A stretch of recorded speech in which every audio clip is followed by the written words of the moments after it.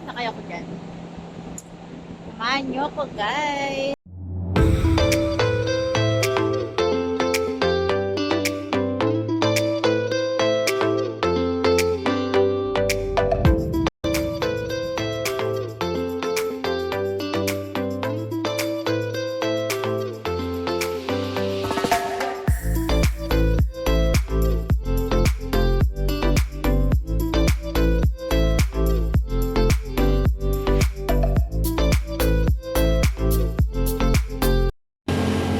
The Gardens by the Bay sits on prime real estate and cost a whopping $700 million to build in 2012. See the two shell-like glass structures? They are the temperature-controlled garden conservatories. Entry to the flower dome and the cloud forest is chargeable. Behind the conservatories are the super trees and the elevated skyway.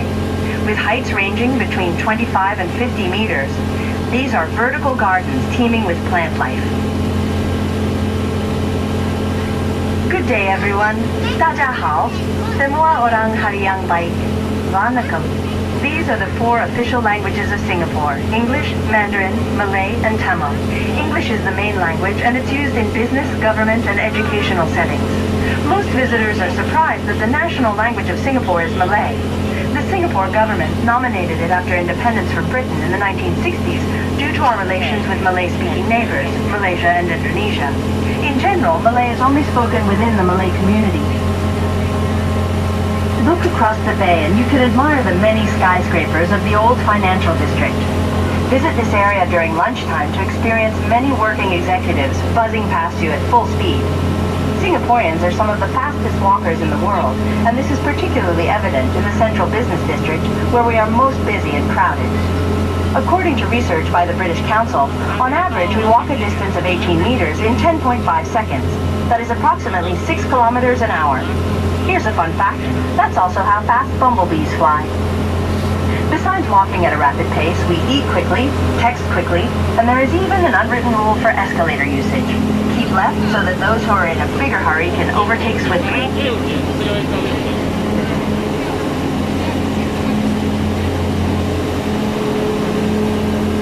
On our left is the iconic Marina Bay Sands Integrated Resort, or MBS for short. Look up and that is the magnificent Sky Park, an engineering feat.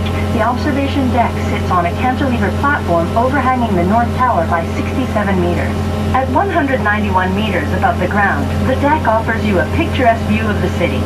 It is open to the public and admission charges apply.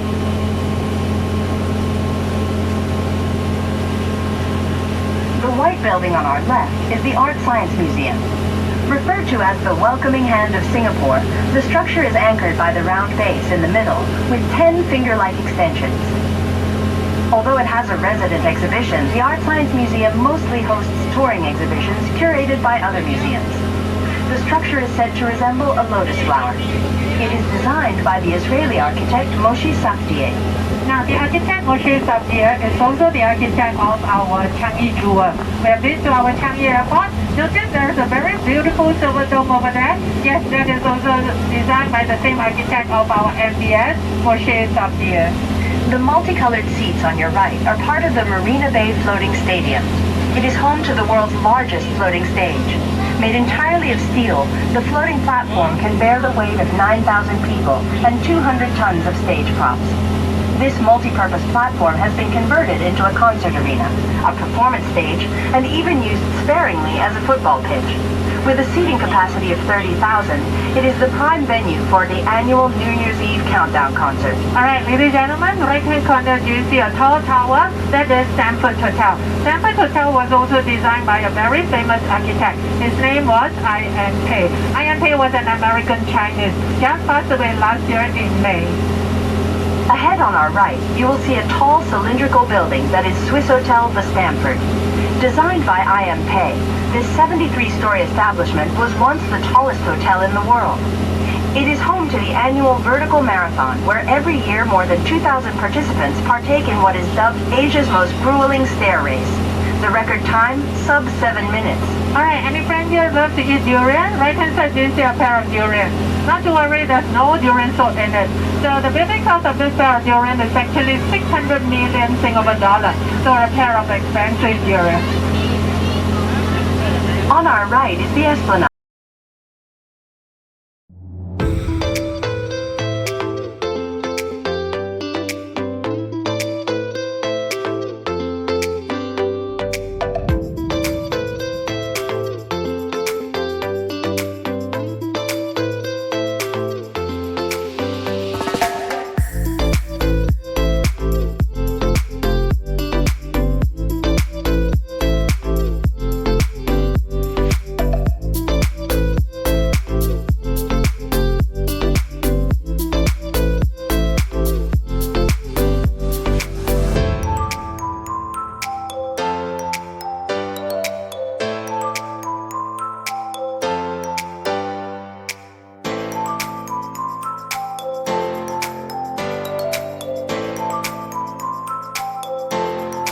Although it's a bit hot, if you have the time, please go Malam Park and take a good picture with the lion before the crowds come in, okay? So now we have to say goodbye to Malaya. Bye-bye.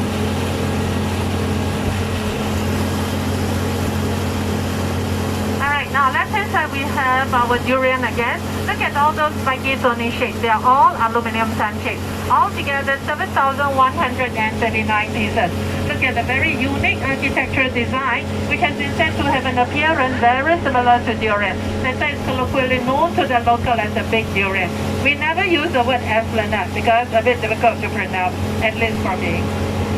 Okay, now let's have a listen to our Amphibious again, which is ahead on our right. Opened in 2010, the MBS is billed as the world's most expensive standalone casino property at US dollars 5.7 billion. It boasts 2,500 rooms, convention and exhibition halls, shopping malls, celebrity chef restaurants, theaters, and a museum. It is reported to be the world's largest atrium casino with 500 tables and 1,600 slot machines. Look up and you'll see the 340-meter-long Sky Park. There you'll find a 150-meter infinity swimming pool set on top of the world's largest public cantilevered platform. It is said that it was designed to resemble the Chinese character shan, or mountain. In feng shui, mountain means backing, which ensures the house always wins.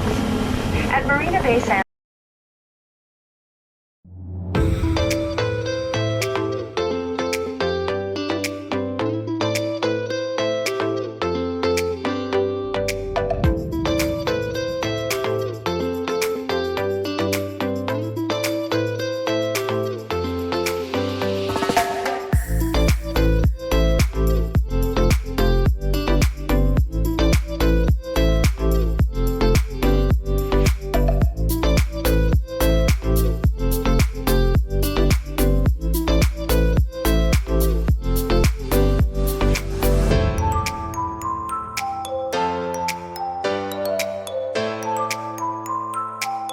was the crown jewel. As trade flourished under the British, immigrants flocked to Singapore in masses. The green on our right is called the Padang, meaning field in Malay. Over the past 185 years, the Padang has seen the trials and tribulations of the nation. The Padang was the center of colonial life and a place to promenade in the evenings. Europeans on horseback and in horse-drawn carriages were common then. Both the rich and poor gathered here. Alright, now right hand side we have our Padang. Padang is Malay word, it means field. So we have our National Day parade held here very often. Now still on the right, do you see those low grey buildings? So on our right hand corner, do you see a building with a blue dome? That is our former Supreme Court. If it is a former one, where's the new one? New one is just next to it. Do you see a building looks like UFO? Everybody thought that is a high-class restaurant. No, it's actually a high-tech Supreme Court. Alright, next I'm going to show you another Civilian War Memorial. Ahead on our left is Pagoda Tower. That memory was built in memory of one of our national war hero, Mr. Lim Bo Seng. Alright, left hand side, you see it? Lim Bo Seng was killed by the Japanese army during World War II by the Japanese army in Malaysia. So the body was subsequently brought back to Singapore and now he was rest in peace at MacRitchie Reservoir. Alright, Okay, modern Singapore was actually founded by Stamford Raffles. Do we still see him around? Yes. He's standing tall on our left. Do you see him? Usually under the hot sun. Okay, now there's another one very near to our Singapore River, and that is a place we call Raffles Landing Site. Left, right, we have all these impressive buildings.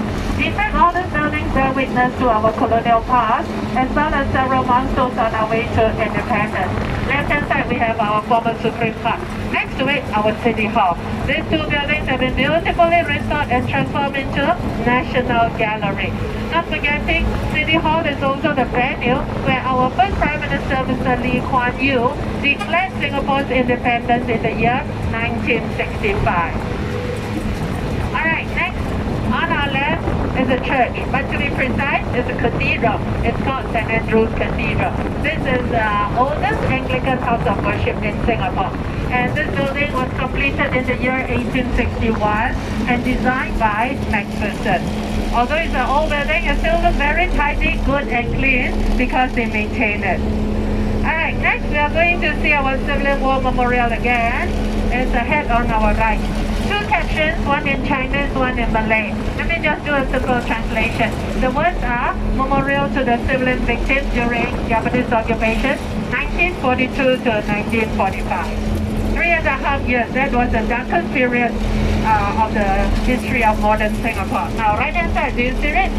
1942 to 1945. So in August 1945, the Japanese army surrendered unconditionally because of the two atomic bombs, and the British reoccupied Singapore. So when the British failed to protect Singapore during World War II, they lost their credibility with the Singaporeans, and the aftermath sparked political awakening and saw the rise of anti-colonial and nationalist sentiments. So after 1945, Singapore slowly moved towards independence. Self-government was granted in 1959. And in 1963, we joined with Malaysia. But the merger was very short-lived because of heated ideological conflicts arose between the two governments. So 2 years later, on the 9th of August 1965, Singapore was separated from the Malaysia and became a sovereign, democratic and independent nation. Thereafter commenced Singapore's struggle to survive and prosper on our own.